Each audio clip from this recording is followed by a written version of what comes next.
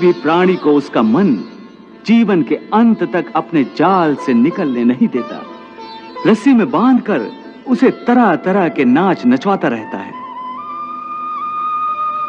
वो जीव को इतनी फुर्सत भी नहीं देता कि वो अपने अंतर में झांक कर अपनी आत्मा को पहचाने और आत्मा के अंदर जिस परमात्मा का प्रकाश है उस परमात्मा का साक्षात्कार करे।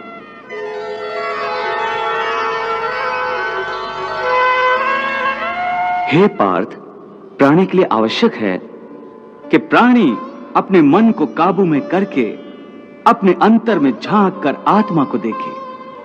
तब उस आत्मा के अंदर उसे परमात्मा का प्रकाश स्पष्ट दिखाई देगा। उसी को परमात्मा का साक्षात्कार कहते हैं। तुम तो कहते हो कि अपने अंतर में झांक कर आत्मा को और उस आत्मा में प्रकाशित परमात्मा को पहचानो, अर्थात आत्मा से अलग कोई और है जो आत्मा को पहचानेगा। ये किसको कह रहे हो कि आत्मा को पहचानो? कौन पहचानेगा अंतर की आत्मा को? तुम्हारा मन। मन? हाँ, तुम्हारा मन। परंतु तुम तो कहते हो कि मन माया के भ्रमजाल में फंसाकर प्राणी को बहुत नाच नचाता है, फिर वह आत्मा और परमात्मा की ओर क्यों ले जाएगा? तुमने ठीक प्रश्न किया अर्जुन। उसका उत्तर यह है कि जब तक तुम अपने आप को मन और विषयों के अधीन रहने दोगे तब तक वो तुम्हें नाच नचाता रहेगा। हे पार्थ, मनुष्य का शरीर एक रथ की भांति है।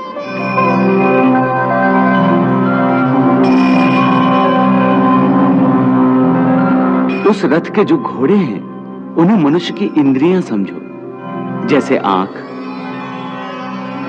नाक,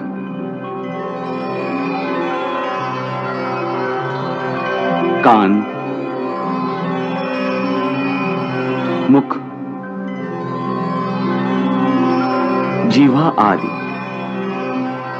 उन इंद्रियों को, घोड़ों को जो सारथी चलाता है वो सारथी ही मन है, और उस रथ में बैठा हुआ जो उस रथ का स्वामी है वही आत्मा है। मनुष्य की इंद्रियां अपने विषयों की ओर आकर्षित होती रहती हैं।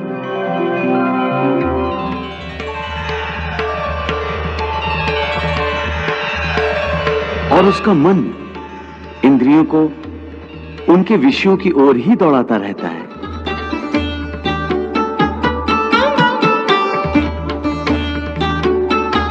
यह तभी तक हो सकता है जब तक जीवात्मा अपने मन को अपने काबू में ना लाए। जब तक मन काबू में नहीं आएगा वो इंद्रियों को उनके विषयों की ओर ही दौड़ाता रहेगा। विषय उनको बुलाते हैं, इंद्रियां उनकी तरफ भागती हैं, और मन जीवात्मा की परवाह किए बगैर रथ को उस ओर लिए जाता है। परंतु जब तुम स्वयं मन के अधीन न रहकर मन को अपने अधीन कर लोगे तो वही मन एक अच्छे सारथी की तरह तुम्हारे शरीर रूपी रथ को सीधे प्रभु के चरणों में ले जाएगा। यदि मन तुम्हारा स्वामी है और तुम उसके अधीन हो तो वो तुम्हें माया के बंधन में जकड़ता रहेगा, और जब तुम मन पर काबू पालोगे और उसके स्वामी हो जाओगे तो वही मन तुम्हें मोक्ष के द्वार तक ले जाएगा। हे मधुसूदन, यह कहना तो बहुत आसान है कि तुम मन पर काबू पालो, मन के स्वामी बन जाओ, परंतु यही तो सबसे दुष्कर कार्य है। हे केशव, मन तो वायु की तरह चंचल है।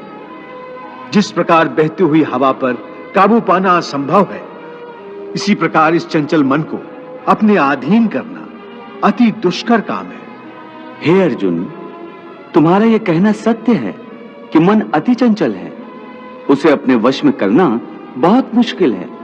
मुश्किल नहीं जनार्दन, असंभव है। नहीं अर्जुन, मुश्किल अवश्य है परंतु असंभव नहीं है। तुम्हारा कहना है कि मन को वश में करने का कोई तरीका, कोई साधन भी है? अवश्य है। क्या है वो तरीका? असंशयम महाबाहो मनो दुर्निग्रहं चलम अभ्यासेन तु कौन्ते वैराग्येण च गृह्यते। अर्थात मन को वश में करने के लिए उस पर दो तलवारों से प्रहार करना पड़ता है। एक तलवार अभ्यास की है और दूसरी तलवार है वैराग्य की। अभ्यास और वैराग्य? हां, अभ्यास और वैराग्य। देखो अर्जुन, अभ्यास का अर्थ है निरंतर अभ्यास। मन को एक काम पर लगा दो, वो वहां से भागेगा, उसे पकड़ कर लाओ, वो फिर भागेगा, उसे फिर पकड़ो। ऐसा बार बार करना पड़ेगा। जैसे घोड़े का नवजात शिशु एक क्षण के लिए भी स्थिर नहीं रहता, क्षण क्षण में इधर उधर फुदकता रहता है।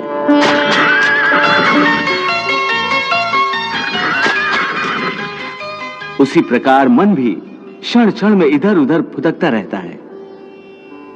एक चंचल घोड़े की तरह मन भी बड़ा चंचल होता है, और ऐसे चंचल मन को काबू करना उतना ही कठिन है, उतना ही विरोध करता है और बार बार सवार को ही गिरा देता है। परंतु यदि सवार दृढ़ संकल्प हो तो अंत में वो उस सरकश घोड़े पर सवार हो जाता है। बस फिर वही घोड़ा सवार के इशारे पर चलता है। उसी प्रकार मन को भी नियंत्रण की रस्सी में बांधकर बार बार अपने रास्ते पर लाया जाता है, तो अंत में वो अपने स्वामी का कहना मानना शुरू कर देता है। इसी को कहते हैं अभ्यास की तलवार चलाना। जब अभ्यास की तलवार से ही मन ठीक रास्ते पर आ जाए, फिर वह दूसरी वैराग्य की तलवार की क्या आवश्यकता है? उसकी आवश्यकता इसलिए है कि एक बार ठीक रास्ते पर आ जाने के बाद मन फिर से उल्टे रास्ते पर न चला जाए, क्योंकि उल्टे रास्ते पर इंद्रियों के विषय उसे सदा ही आकर्षित करते रहेंगे।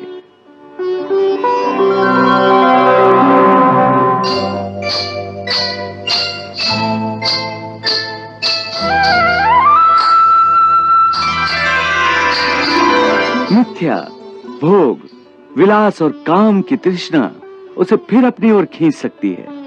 इसलिए मन को यह समझना जरूरी है कि वो सारे विषय भोग मिथ्या हैं, असार हैं, योग माया के द्वारा उत्पन्न होने वाले मोह का भ्रम है। मन जब इस सत्य को समझ लेगा तो उसे विषयों से मोह नहीं रहेगा, बल्कि उससे वैराग्य हो जाएगा। और यही वैराग्य की तलवार का काम है कि वो विषयों के मोह को काट के मन को संन्यास